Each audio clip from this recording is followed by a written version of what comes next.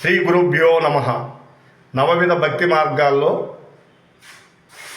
ఇప్పటి వరకు 2 భక్తి మార్గాలు అనుసరించి ఇద్దరు ఆ భక్తి మార్గానికి ప్రతినిధులు మోక్షానికి వెళ్ళారు.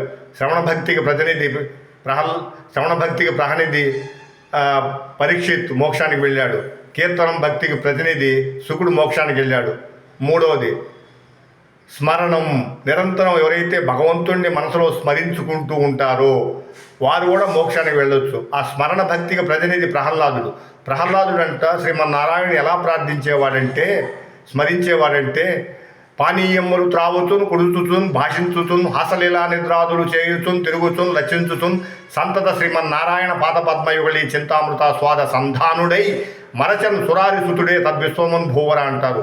ఆయన నిరంతరం 24 గంటలు మనసులో భగవంతుడిని నారాయణ నారాయణ నారాయణ అని తలుచుకుని అంతిమంగా ఆయన మోక్షానికి వెళ్ళారు. స్వస్తి.